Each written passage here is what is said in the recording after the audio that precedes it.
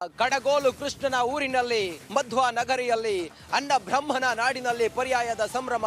ಶ್ರೀಕೃಷ್ಣನಿಗೆ ಪರ್ಯಾಯದ ಆ ಪೂಜೆಯ ಸಂಭ್ರಮ ಒಂದೊಂದು ಸಾಂಪ್ರದಾಯಿಕವಾಗಿ ಉಡುಪಿಯ ಒಂದೊಂದು ವಿಶೇಷ.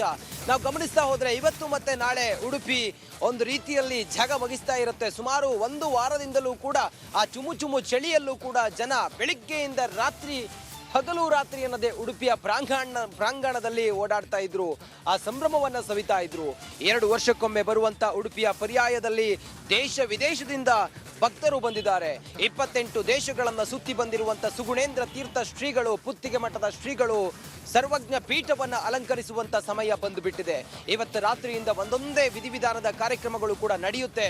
ದಂಡತೀರ್ಥದಲ್ಲಿ ಸ್ನಾನವನ್ನ ಮುಗಿಸಿ, ಕಾಪುವಿನ ದಂಡತೀರ್ಥದಲ್ಲಿ ಸ್ನಾನವನ್ನ ಮುಗಿಸಿ ಸುಗುಣೇಂದ್ರ ತೀರ್ಥ ಶ್ರೀಗಳು ಸುಶ್ರೀಷ ಶ್ರೀಗಳ ಜೊತೆಯಲ್ಲಿ ಬರ್ತಾರೆ, ಉತ್ತರಾಧಿಕಾರಿಗಳ ಜೊತೆಯಲ್ಲಿ ಬರ್ತಾರೆ, ತಮ್ಮ ಶಿಷ್ಯ ವೃಂದದ ಜೊತೆಯಲ್ಲಿ ಬರ್ತಾರೆ.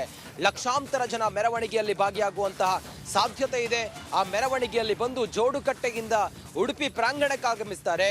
ಉಡುಪಿ ಪ್ರಾಂಗಣಕ್ಕೆ ಬಂದು ಆ ನಂತರ ಇಲ್ಲಿ ಪೂಜಾ ವಿಧಿವಿಧಾನಗಳ ಆದ ನಂತರ 5:55 ಅಕ್ಷಯ ಪಾತ್ರೆ ಹಸ್ತಾಂತರವೂ ಕೂಡ ಇದೆ.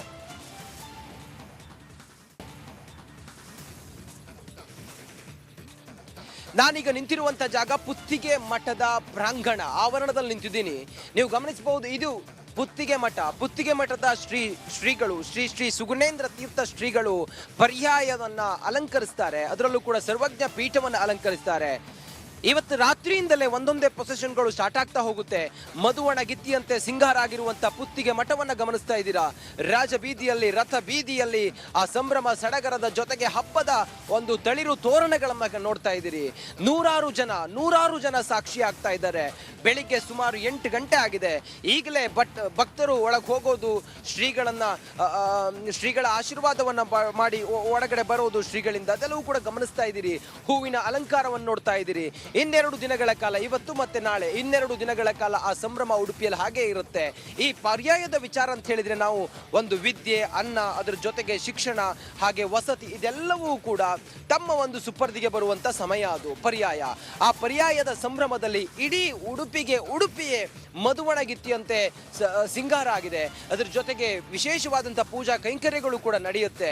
14 ಹಂತದಲ್ಲಿ ಪೂಜೆಯನ್ನ ಮಾಡುವಂತ ಅಧಿಕಾರ ಮತ್ತೆ ಸಂಪೂರ್ಣವಾದ ಉಡುಪಿಯ ಪ್ರಾಂಗಣ ಜೊತೆಗೆ ಉಡುಪಿಯ ಸಂಪೂರ್ಣವಾದಂತ ಒಂದು ಅಭಿವೃದ್ಧಿ, ಆ ಯೋಚನೆ ಆಲೋಚನೆ ಸುಗುಣೇಂದ್ರ ತೀರ್ಥ ಶ್ರೀಗಳದ್ದು 4ನೇ ಬಾರಿಯ ಪೀಠಾರೋಹಣ ಆಗಿರೋದ್ರಿಂದ ಒಂದು ವಿಶೇಷವಾಗಿರುತ್ತೆ ಅನ್ನೋದು, ಮತ್ತೆ ದೇಶ ವಿದೇಶಗಳಿಂದಲೂ ಕೂಡ ಭಕ್ತರು ಬಂದಿದ್ದಾರೆ ಅನ್ನೋದು.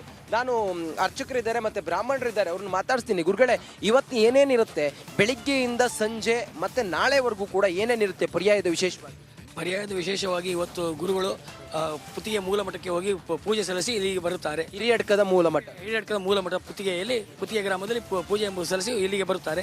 ತದನಂತರ ಬೆಳಗ್ಗೆ ರಾತ್ರಿ 2:30 ದಂಡತೀರ್ಥಕ್ಕೆ ಹೋಗಿ ದಂಡತೀರ್ಥದಲ್ಲಿ ಸ್ನಾನ ಮಾಡಿ ನಂತರ ಜೋಡುಕಟ್ಟೆಗೆ ಬಂದು ಜೋಡುಕಟ್ಟೆಯಿಂದ ಒಳ್ಳೆಯ ವಿಜೃಂಭಣೆಯಿಂದ ಮೆರವಣಿಗೆಯಲ್ಲಿ ಬಂದು ಕೃಷ್ಣನ ಮಠಕ್ಕೆ ಬಂದು ಚಂದ್ರಮೌಳೇಶ್ವರ ಅನಂತೇಶ್ವರನ ಕೃಷ್ಣನ ದರ್ಶನ ಮಾಡಿ ಅಲ್ಲಿ ಅಕ್ಷಯ ಪಾತ್ರೆ ಮತ್ತು ದರ್ಬಾರ್ ಹಾಲ್ಗೆ ಹೋಗಿ, ರಾಜಾಂಗಣದಲ್ಲಿ ದರ್ಬಾರ್ ಹಾಲ್ ಇರುತ್ತೆ, ಅಲ್ಲಿ ಹೋಗಿ ಆಮೇಲೆ ನಮ್ಮ ಪುತ್ತಿಗೆ ಮಠದ ಮೂಲ ಅಜೆಂಡಾ ಏನು ಅಂದರೆ 2 ವರ್ಷದಲ್ಲಿ ಕೋಟಿ ಗೀತಾ ಲೇಖನ ಯಜ್ಞ, ವಿಶ್ವ ಪರ್ಯಾಯದಲ್ಲಿ 1 ಕೋಟಿ ಜನ ಹತ್ರ ಭಗವದ್ಗೀತೆಯನ್ನು ಬರೆಸಿ ವಿಶ್ವಾದ್ಯಂತದ ಭಗವದ್ಗೀತೆ ಪ್ರಚಾರ ಮಾಡುವುದೇ ನಮ್ಮ ಗುರುಗಳ ಮೊದಲ ಆದ್ಯತೆ.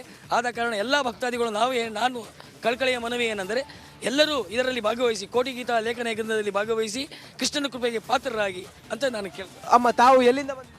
ನಾವು ರಾಯಚೂರಿನಿಂದ ಬಂದಿದ್ದೇವೆ.